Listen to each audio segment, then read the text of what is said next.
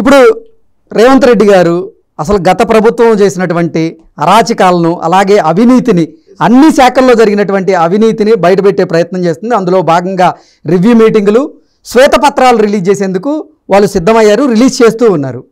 మీరు అంటే కేసీఆర్ సీఎంగా చేసిన హయాంలో మీరు డిప్యూటీ మేయర్గా ఉన్నారు కాబట్టి నేను మిమ్మల్ని అడుగుతున్నా, నిజంగా కేసీఆర్ గారు కానీ లేకపోతే కేటీఆర్ కానీ హరీష్ రావు కానీ ఈ అవకతవకలకు పాల్పడ్డారా, అవినీతికి పాల్పడ్డారా, మీకు తెలుసా అంటే ఏం చెప్తారు? క్లియర్ చెప్తే నేను డిప్యూటీ మేయర్ అయిపోయింది. అది డిప్యూటీ మేయర్, ఇంకో డిప్యూటీ మేయర్ ప్రమాణ స్వీకారం అయిపోయింది. అదే రోజు సీరియస్గా డైరెక్ట్ కౌన్సిల్ హాల్ నుంచి ప్రమాణ స్వీకారం హాల్ నుంచి డైరెక్ట్ నా ప్రైవేట్ వెహికల్, నా వెహికల్లో కార్ ఎక్కాను, మా ఇంటికి వచ్చేసాను. అంతేగాని నేను ఇక్కడ డిప్యూటీ మేయర్ నా ఛాంబర్కి పోయి హార్డ్ డిస్కులు, కంప్యూటర్ డిస్కులు, పేపర్సు, డాక్యుమెంట్స్ గుంజుకొని రాలే. ఎందుకంటే ఎక్కడ అవినీతి లేదుగా, ఎక్కడ లేదుగా. లేదు, మీ గురించి అడగట్లేదు, చెప్తున్నా బెదర్, దానికి అక్కడికే వస్తున్నా. నేను వచ్చేసాను. అదే గతంలో బీఆర్ఎస్ పనిచేసిన మంత్రి ప్రభుత్వం పోతుందని తెలవగానే హార్డ్ డిస్క్లు ఎత్తుకపోయారు, కంప్యూటర్లు ఎత్తుకపోయారు, రాత్రి ఆ సెక్రటరీ పోయి డాక్యుమెంట్స్ ఎత్తుకపోయారు, రాత్రి తాళాలు పగలగొట్టిర్రు. ఒక మంత్రి పదవి పోయిన తర్వాత మళ్ళీ ప్రభుత్వం అధికారి దగ్గర ఛార్జ్ తీసుకుని ఏమైనా ఉన్నా, చిన్న వాటర్ బాటిల్ ఉన్నా, ఇంట్లో నుంచి నాప్కిన్ ఉన్నా కూడా అడిగి తీసుకోవాలి. తాళాలు పగలగొట్టి మరి హార్డ్ డిస్కులు, కంప్యూటర్ ఎందుకు తీసుకోపోయారండి? ఉంది కాబట్టి గొర్రెల పంపిణీలో కింద మీద అవినీతి చేశారు కాబట్టి 4 మీద కేసులు బుక్, ఒకరు ఫరారీగా ఉన్నారు. ఈరోజు అవినీతి కాళేశ్వరంలో కానీ, మిషన్ కాకతీయలో కానీ, హైదరాబాద్ నగరంలో కానీ, ఇంకెక్కడ ప్రభుత్వ ప్రాజెక్టులలో కానీ అవినీతి జరిగింది కాబట్టి నేను మన మేడిగడ్డలో అంటే మీ సాక్ష్యంగా, అంటే మీరు వాళ్ళ దగ్గర ఉన్నప్పుడు కానీ వాళ్ళ కలిసినప్పుడు కానీ మీరు ప్రత్యక్షంగా చూసినటువంటి అవినీతి ఏదైనా ఉందా, ఆ సందర్భం ఉందా అంటే ఏం చెప్తారు? ఎన్నోసార్లు చూసాం. ఒక సింపుల్ ఎగ్జాంపుల్ చెప్తా. ఒక జిహెచ్ఎంసీలో ఒక టెండర్ కాల్ చేస్తారు. మాతో తోటి ఉన్న కొంతమంది కంపెనీస్ వాళ్ళు, అంటే మా ఉద్యోగ న్యాయాలు కొంత ఆర్థికంగా గట్టిగా వాళ్ళు, లైసెన్స్ ఉన్న వాళ్ళు, అన్న మీకు ఒక 10 కోట్లకు 20 కోట్లకు టెండర్ పడ్డదంట, మేము అందరం షేర్ చేసుకొని కంపెనీ టెండర్లో పాల్గొంటామని అంటారు. పాల్గొనే తమ్మి అంటారు. ఆన్లైన్ ఓపెన్ అవుతుంది, వాడికి అర్హుడు కాడు. అది ఏంది అంటే నాకు అన్నీ ఉన్నాయి, నా ఎక్స్పీరియన్స్ ఉన్నాయి, ఒక 15 ఏళ్ళ ఎక్స్పీరియన్స్ ఉన్నాయి, మేమందరం షేరింగ్ చేసుకున్నాం, అమౌంట్ కూడా అవసరం పెట్టి మేము లో టెండర్లోనే చేస్తున్నామన్నా వస్తలేదు. ఎందుకు ఆయన చూస్తే ఆడ కొన్ని నామ్స్ పెడతారు. ఆ నామ్స్ ఎవరికి దగ్గర ఉంటాయి? కొన్ని సర్టిఫికేట్స్ కావాలి, నామ్స్ కొన్ని సర్టిఫికేట్ కావాలి. ఆ సర్టిఫికేట్ వీళ్ళకి అనుకూలమైన కంపెనీ దగ్గర సర్టిఫికేట్స్ ఉంటాయి. ఆ సర్టిఫికేట్ ఉన్న వాళ్ళు దాంట్లో పార్టిసిపేట్ చేయాలి. అది ఎవరి దగ్గర ఉంటాయి? కేటీఆర్కు బినామీలో లేకపోతే వీళ్ళకి అనుకూలమైన బినామీల దగ్గర ఆ సర్టిఫికేట్స్ ఉంటాయి. అవినీతి డబ్బు మొత్తం కేసీఆర్ గారి ఖాతాలోనో లేదా కేటీఆర్ గారి ఖాతాలోకి మాత్రమే వెళ్ళేదా? ఎస్, అది చెప్పా కదా నీకు. ఇప్పుడు దాని టెక్నికల్ పాయింట్ చెప్పా కదా బెదర్, నీకు టెక్నికల్ పాయింట్ చెప్పినా కదా, అట్లా చేసిరు. ఓకే, ఈ 10 సంవత్సరాల్లో కల్వకుంట్ల కుటుంబం ఎన్ని వేల కోట్ల అవినీతికి పాల్పడింది అంటే మీరేం చెప్తారు?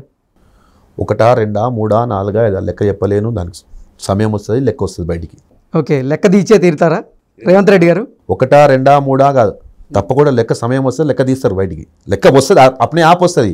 అబద్ధం, అవినీతి కొద్ది సమయం వరకు ఆగొచ్చు, కానీ సత్యం ముందు తప్పకుండా బయటికి రావుతుంది. సత్యం ముందు మెడ దిగుతుంది, తప్పకుండా అవుతుంది. మరి మీరు ఎప్పుడు ఖండించలేదా? ఎన్నో చెప్తున్నా కదా బెదర్, టెండర్లో మేము ఎన్నోసార్లు కేటీఆర్ పోయి కలిసి అన్నయ్య మన వాళ్ళు పార్టిసిపేట్ చేస్తుంటే అట్లా కాదురా, దానికి సర్టిఫై కావాలి. అరే మాకు అర్థమవుతుండే, అరే కాదన్న మన ఉద్యమంలో పనిచేసారు, పార్టీ కోసం పనిచేసారు, ఉద్యమం పనిచేసారు, వాళ్ళు సిన్సియర్గా టెండర్లో పార్టిసిపేట్ చేస్తాను. No nothing. అధికారులు మొత్తం వాళ్ళ చేతిలో. ఎవరికి ఉండండి? తెలంగాణ బీఆర్ఎస్ క్యాబినెట్లో మంత్రి కన్సల్ట్ శాఖ మంత్రి లేకుండానే రివ్యూ జరుగుతుంటుంది. రివ్యూ ఎవరు చేస్తారు? కేటీఆర్ గారు రివ్యూ చేస్తారు. కన్సల్ట్ శాఖ మంత్రి ఉండడు. మంత్రి జరుగుతుంది క్యాబినెట్లో, క్యాబినెట్ మంత్రిగా తెలవకుండానే అప్రూవల్ అయిపోతూనే ఉంటుంది. ఓకే, అంటే సకల శాఖ మంత్రిగా చూడొచ్చు అయితే అప్పుడు గతంలో కేటీఆర్ గారిని. సకల శాఖ మంత్రి సకల రివ్యూలు అనే చేస్తారు. సకలంగా మొత్తం అంటే సకగా అర్థమైతే అనే పని అయితే, లేకపోతే అర్థం కాదు. అంటే అవినీతి సొమ్ము మొత్తం ఆయన ఖాతాలోకే వెళ్ళేది నేరుగా. ఓకే, పార్లమెంట్ ఎన్నికలు దగ్గర పడుతున్నాయి. పార్లమెంట్ ఎన్నికల్లో కాంగ్రెస్ పార్టీ ఎన్ని స్థానాల్లో గెలవబోతుంది అంటే ఏం చెప్తారు? మొత్తం తెలంగాణలో 16 స్థానాలండి. 17 సరే 17 స్థానాలు. 17 స్థానాలలో హైదరాబాద్ పార్లమెంటుతో పాటు కలుపుకుంటే 17 స్థానాలు. 16 స్థానాల నుంచి 14 నుంచి 16 స్థానాలు తప్పకుండా 3 రంగుల జెండా ఎగరబోతుంది. కాంగ్రెస్ పార్టీ హస్తం. తెలంగాణ ప్రజలు తప్పకుండా దాన్ని ఆదరిస్తారు, హస్తం గుర్తుకు ఓటేస్తారు. అంటే గతంలో అసెంబ్లీ ఎన్నికల్లో అసలు అప్పుడు కేసీఆర్ గారికి వ్యతిరేకత ఉంది, ఆయన ప్రభుత్వం మీద వ్యతిరేకత ఉంది కాబట్టి జనాలు మార్పు కోరుకొని కాంగ్రెస్ పార్టీకి ఓటేశారు. కానీ రేవంత్ రెడ్డి అధికారంలోకి వచ్చిన తర్వాత ఆయన ఇచ్చినటువంటి హామీలను కొన్ని విస్మరిస్తున్నాడు, లేదా వాటిల్లో కొన్ని మెలికలు పెడుతున్నాడు అంటూ కూడా ఈ మధ్య కాలంలో కొన్ని వార్తలు బయటకు వస్తున్నాయి. సోషల్ మీడియాలో కూడా నేను ఏమన్నా బ్రదర్, సోషల్ మీడియా పాపం 24 గంటలు కష్టపడుతున్న వ్యక్తి. గతంలో నేను 9.5 సంవత్సరం తెలంగాణ వచ్చిన తర్వాత ఒకటే ముఖ్యమంత్రి ఉండే. సెక్రటేరియట్లో అమావాస్య పుణ్యం కూడా అంటే బాగుండదు. అమావాస్య పుణ్యం అన్నా కూడా నెలకొకసారి అమావాస్య వస్తుంది, నెలకొకసారి పుణ్యం వస్తుంది. ఎప్పుడో పండగ పబ్బానికి కూడా ఎప్పుడో వచ్చే ముఖ్యమంత్రిని చూసినాం. ఈ సెక్రటేరియట్కు రెగ్యులర్గా ప్రజలకు అందుబాటులో ఉంటూ ప్రజాపాలన అందిస్తున్న ముఖ్యమంత్రిని ఇప్పుడు రేవంత్ రెడ్డి గారిని చూస్తున్నాం. ఆ ఫుల్ టైమ్గా ప్రజలకు అందుబాటులో ఉంటుండు. కానీ కేటీఆర్ ఇప్పుడు ఆయన ఎన్నో ఇంటర్వ్యూలు చెప్పిండు. ఇప్పుడు అంటే మీరు ఇచ్చిన 6 పథకాలు నేను ఆడికే వస్తున్నా బెదర్, మీరు అన్నారు కదా కేటీఆర్ ఎక్కడుండి ఆయన ఎన్నో ఇంటర్వ్యూలు ఏం చెప్పిండు. నేను బాగా ట్విట్టర్లో యాక్టివ్గా ఉంటాను, రోజుకు 4 to 5 hours నేను ట్విట్టర్ చూస్తాను, సోషల్ మీడియాలో యాక్టివ్గా ఉంటాను అన్నాడు. 4 to 5 hours మీరు ట్విట్టర్లో సోషల్ మీడియాలో యాక్టివ్గా ఉంటారు కానీ ప్రజలకు కానీ కార్యకర్తలకు కానీ పార్టీ ఎమ్మెల్యేలకు కానీ ఎంపీలకు కానీ మంత్రులకు కానీ అందుబాటులో ఉండరు. కాబట్టి ఈయన ఈ ఇందాక మీరు ఏం చెప్పారు, సోషల్ మీడియాలో ఒక ప్రచారం నడుస్తున్నాడు. ఆ ప్రచారానికి హబ్బే కేటీఆర్. ఒక అబద్ధాన్ని 100 సార్లు చెప్పి నిజం చేసే ప్రయత్నం చేశాడు ఆయన. ఇంకంతే. కాంగ్రెస్ పార్టీ ఇచ్చిన 6 గ్యారెంటీలకు అసలు గ్యారెంటీ ఉందా?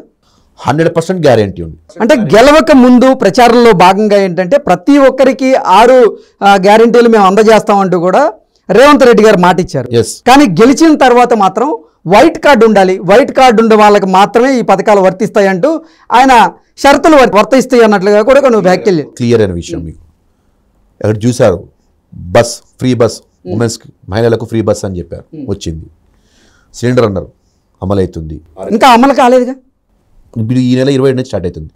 దానికి కూడా వైట్ రేషన్ కార్డు ఏదో కావాలి అని బిలో ప్రావర్టీ లైన్ అనేది చెప్పారు.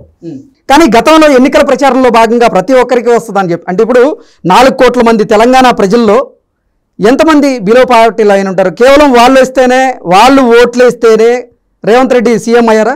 కాంగ్రెస్ పార్టీ అధికారంలోకి ప్రతి ఒక్కరు ఓటేస్తేనే, తెలంగాణ ప్రజలు ఓటేస్తేనే కాంగ్రెస్ పార్టీ అధికారం. మరి మధ్యతరగతి వాళ్ళ పరిస్థితి ఏంటి ఈరోజు? బడుగు బలహీన వర్గాలు, మధ్యతరగతి కుటుంబీకులు, పీదవాడు అందరూ కూడా రేవంత్ రెడ్డి నాయకత్వం కాంగ్రెస్ పార్టీ సోనియమ్మ కోసం ఓటేశారు. కాబట్టి వాళ్ళందరికీ వచ్చింది. వీరన్నట్టుగా బిలో ప్రావర్టీ అనే ప్రియారిటీ తీసుకుంటారు. ఏ ప్రభుత్వం అయినా బిలో ప్రావర్టీ అనే ప్రియారిటీ దాన్ని కూడా ఇంకా తర్వాత ముందు తీసుకుపోతారు. ఇదే చెప్తున్నా, చిన్నదాన్ని పెద్ద భూతద్దంలో చూపించి మసిబూసి మారడగాయ చూపించడంలో దిట్టా కేటీఆర్. దిట్టా వాళ్ళు గతంలో చేసిన హామీలు ఎక్కడ దాకా అమలు చేసిరండి? తెలంగాణ నీళ్లు, నిధులు, నియామకాలు, ఎస్టీలు, బీసీలు, మైనార్టీలు, దళితులు, బహుజనులు, మైనార్టీలకు వాళ్ళకి రాజ్యాధికారం ఇచ్చిర్రా? ఇయ్యలే. వాళ్ళు చేయలేదు కాబట్టే ప్రజలు వాళ్ళని కాదని కాంగ్రెస్ పార్టీని అధికారంలో చేయలేదు కాబట్టి వాళ్ళని తిరస్కరించిర్రు. చేస్తే నమ్మకం ఉందని చెప్పి కాంగ్రెస్ పార్టీకి గౌరవ ముఖ్యమంత్రి రేవంత్ రెడ్డి గారి నాయకత్వం బలపరచడానికి ప్రజలు ఓటేసి గెలిపించారు. ముందుకు పోతురు. మొన్న సర్వేలు చేసినా కూడా, మొన్న ఒక పెద్ద కంపెనీ సర్వే చేసినా కూడా కాంగ్రెస్ పార్టీకి 14 నుంచి 13 సీట్లు ఎంపీలు రాబోతున్నాయి అన్నారు. బీఆర్ఎస్ పార్టీ 2 నుంచి 3. అసలు ఆ పరిస్థితి ఉందా నిజంగా? రానున్న పార్లమెంట్ ఎన్నికల్లో కాంగ్రెస్ పార్టీ 14 ఎంపీ స్థానాలు గెలిచే అవకాశం ఉందా? పూర్తిగా ఉంది, పటిష్టంగా ఉంది, పూర్తిగా ఉంది కాబట్టే మొన్న అసెంబ్లీ ఎలక్షన్లో గెలిచిర్రు. ఇప్పుడు పార్లమెంట్ వైపు, ఎందుకంటే ఇప్పుడు ఉన్న పార్టీ కాంగ్రెస్ పార్టీ అదనంగా బూస్టింగ్గా బీఆర్ఎస్ పార్టీలో మాలాంటి ఉద్యమకాలందరూ బయటికి వస్తున్నారు. కాంగ్రెస్ పార్టీకి బూస్టింగ్గా